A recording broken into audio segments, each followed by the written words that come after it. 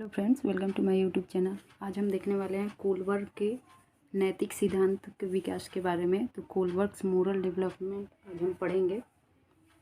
तो सबसे पहले देखते हैं कोलबर्ग ने कौन सी थ्योरी दी है। तो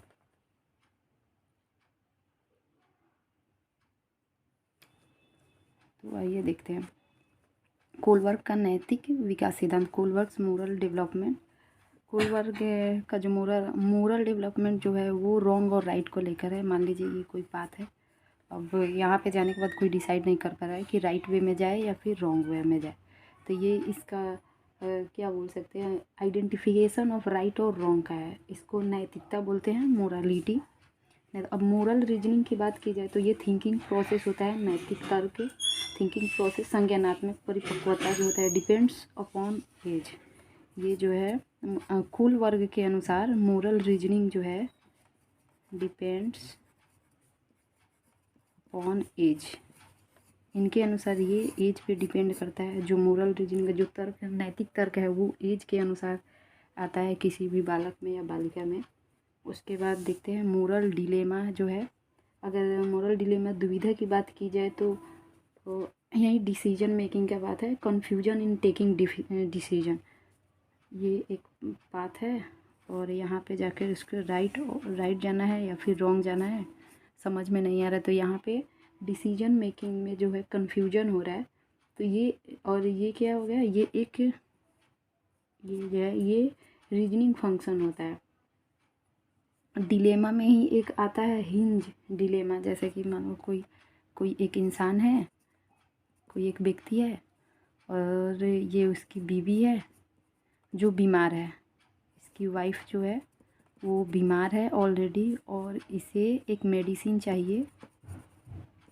चाहिए जिसे परचेज करना है और अपनी बीवी को देना है। तो मेडिसिन का जो एक्चुअल प्राइस है वो 100 रुपीज़ है, बट जो शॉपकीपर है वो बोल रहा है कि नहीं, मैं इसे 1000 में दूंगा।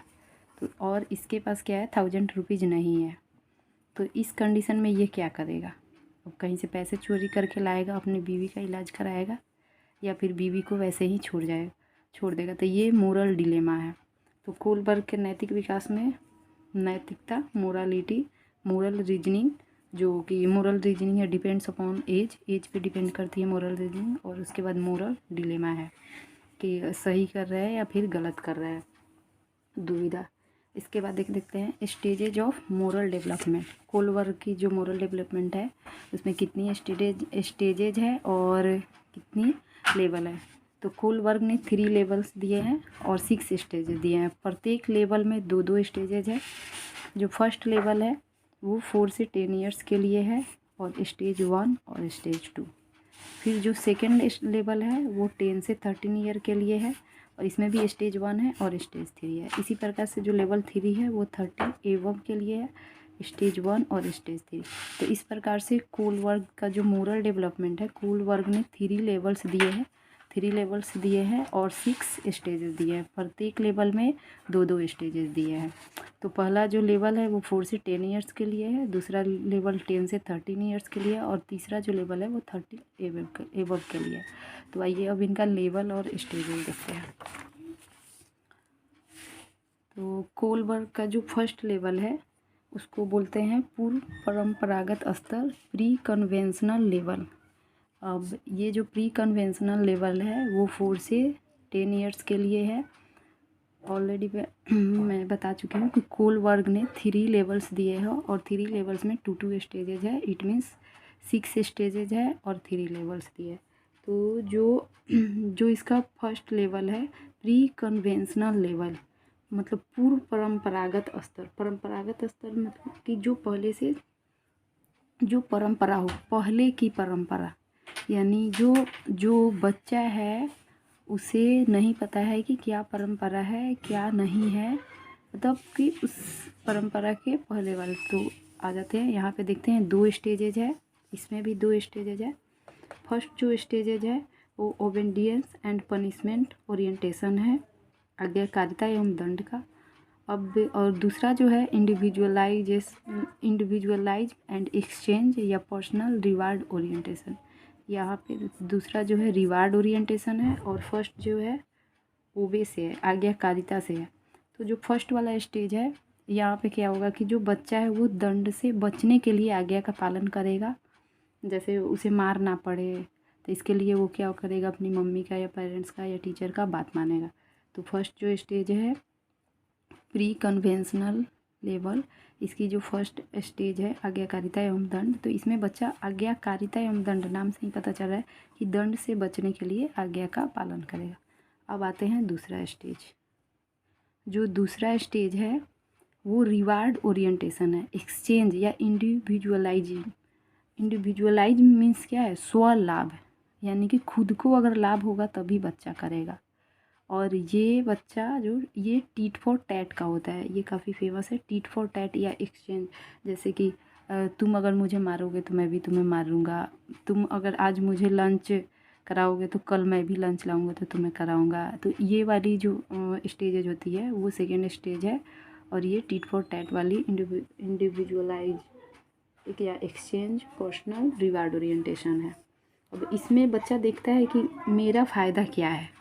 इस स्टेज में बच्चा देखता है मेरा फ़ायदा क्या है। इसका एक बहुत फेमस भी है, आई scratch your back if you scratch mine. ये स्टेज 2 का है यह, ठीक है। उसके बाद आते हैं लेवल 2 पे।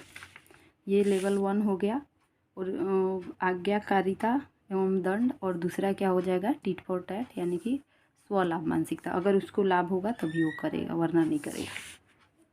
उसके बाद आते हैं लेवल 2 में। उसके बाद लेवल 2 देखते हैं। लेवल 2 कौन सा है, कन्वेंशनल लेवल, परंपरागत स्तर। ये 10 से 13 ईयर्स के लिए है। परंपरागत स्तर यानी कि जो परंपरा है, रूल्स आर रूल्स, इस लेवल का है।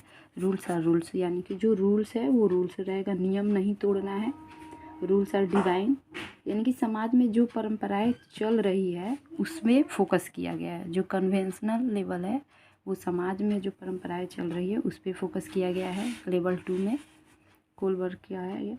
अब स्टेज 1 और स्टेज 2 देखते हैं। स्टेज 1 इसका है इंटरपर्सनल रिलेशनशिप, यानी कि इंटरपर्सनल रिलेशनशिप यानी कि अंतर व्यक्तिक सौहार्द या अनुसारिता। अच्छा लड़का अच्छी लड़की, जैसे अगर 80% मार्क्स आ रहा है तो वो एक अच्छा लड़का की कैटेगरी में है, अगर 90% मार्क्स आ रहे थे वो एक अच्छी लड़की की कैटेगरी में है।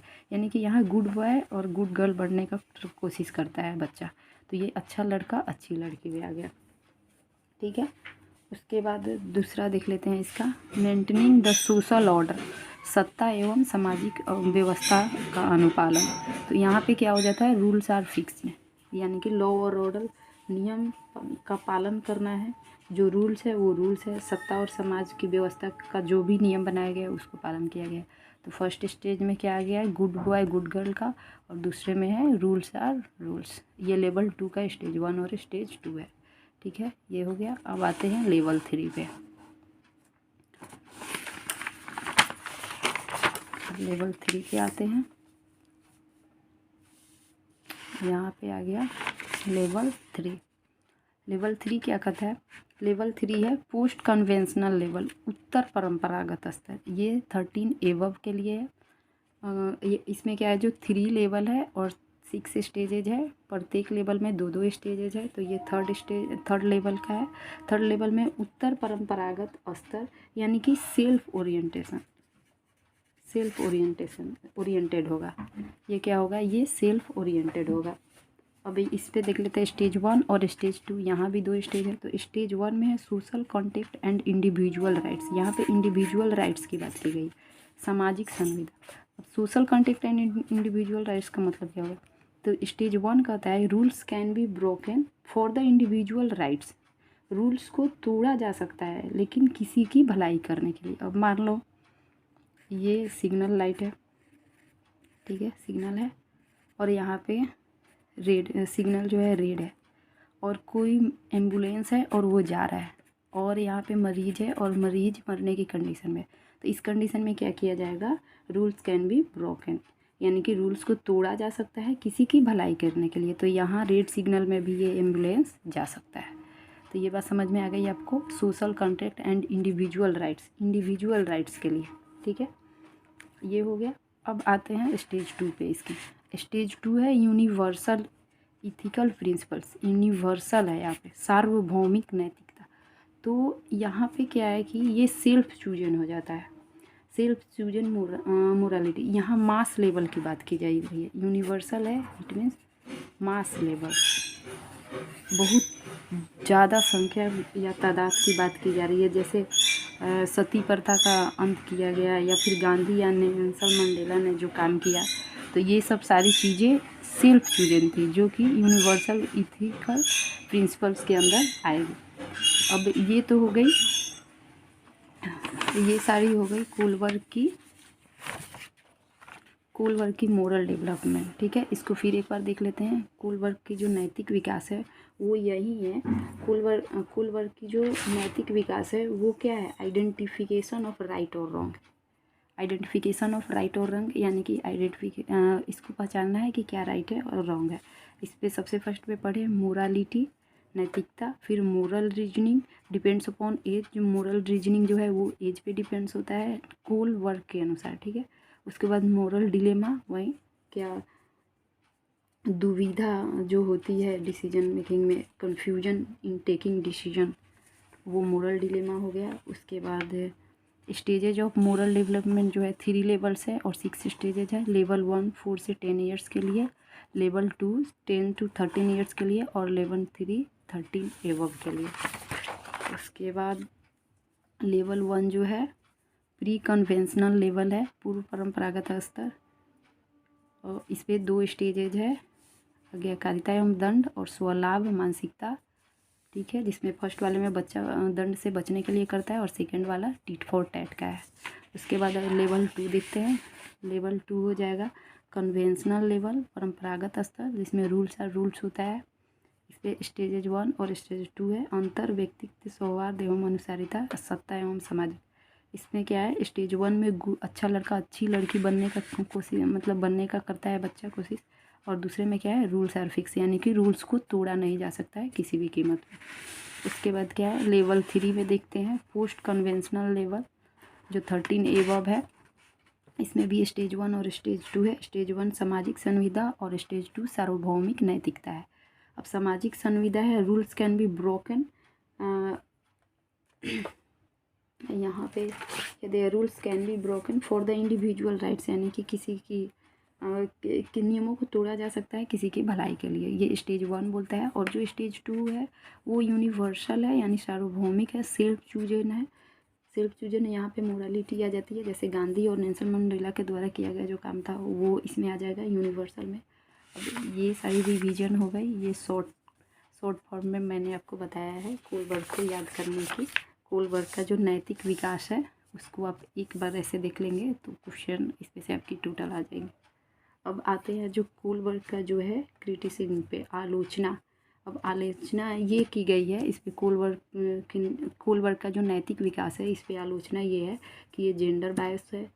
इनकी एक कैरल गलीगन थी जिन्होंने बोला कि जो सारे सैंपल थे कोलबर्ग के वो मेल के सैंपल थे, और फिर ये कोलबर्ग बोलते हैं कि ये सभी संस्कृति के लिए लागू होते हैं, जबकि ये सभी संस्कृति के लिए लागू नहीं होता है। और दूसरा है कि ये परिकल्पना है, हाइपोथेटिकल है, इनका सिचुएशन कल्पना किया जा सकता है। और थर्ड हो जाएगा वही जेंडर बायस सैंपल, जो कि जेंडर बायोस पे है। तो ये इनकी कुछ आलोचना हो गई, बाकी आप देख सकते हैं, बाकी यही है कोलबर्ग का। ठीक है, मिलते हैं नेक्स्ट वीडियो में। अगर आपको अच्छा लगा हो तो लाइक सब्सक्राइब ज़रूर कर दीजिएगा।